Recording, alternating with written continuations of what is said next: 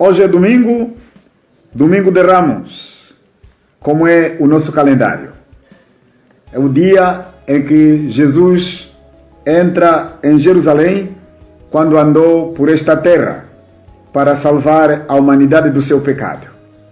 É assim que nós vamos ler no Evangelho segundo São Mateus, capítulo 16, versículo 23. Diz assim o Senhor Jesus: Mas Jesus, voltando-se, disse a Pedro: Arreda, Satanás, tu és para mim pedra de tropeço, porque não cogitas das coisas de Deus, e sim das dos homens. Palavra do Senhor. Querido ouvinte, a linha do tempo da salvação da humanidade começa logo com essa frase em Gênesis, capítulo 3, versículo 15. Porém, inimizade entre ti e a mulher, entre a tua descendência e o seu descendente. Este te ferirá a cabeça, e tu lhe ferirás o calcanhar. O seu descendente. Nesta frase, vemos o artigo como determinante. O artigo o seu descendente, aquele que viria da mulher. Quem é esse? Esse é Jesus, nascido de mulher, como está em Gálatas capítulo 4, o versículo 4.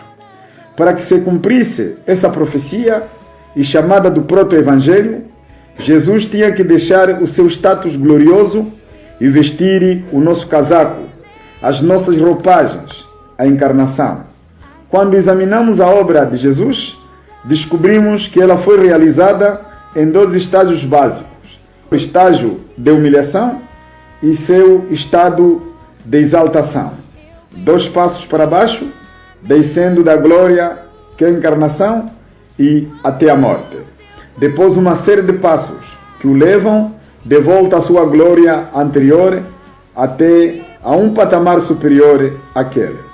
O segundo passo, e pior, é a morte, que o leva a proferir estas palavras do nosso texto: lhe era necessário seguir para Jerusalém e sofrer, mas sofrer mesmo. Como vemos, é inevitável a última viagem do Senhor para Jerusalém. Jesus cumpre o que está projetado pelo Pai antes da fundação do mundo, antes que os montes se formassem.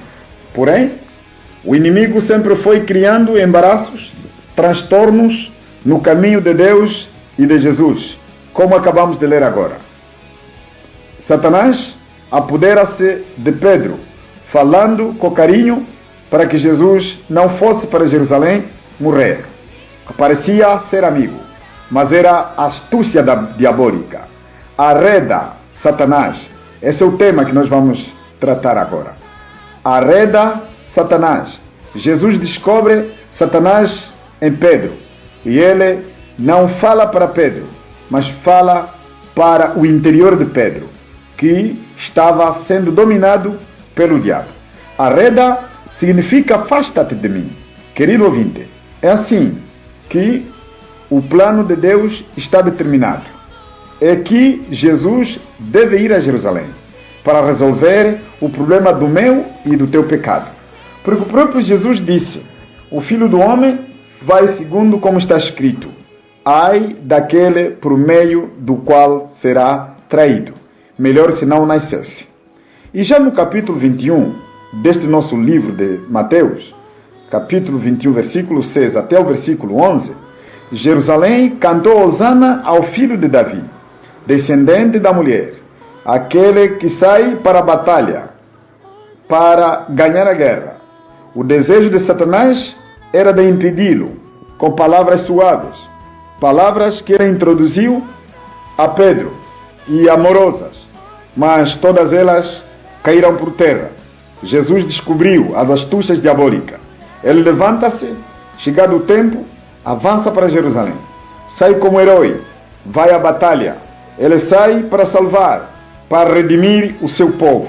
Ele se esvaziou e exerceu os seus atributos divinos na dependência do Pai e associação com a posse de uma natureza plenamente humana. Quando entra em Jerusalém, as multidões clamavam: Hosana, que significava Deus nos salva. expressava a voz de um povo oprimido, clamando pela ajuda de seu rei. Jesus, Rei dos Reis, veio para libertar do poder do pecado, e não da maneira como eles pensavam. Mas mesmo assim, seria importante que o reconhecessem como Messias real de Deus.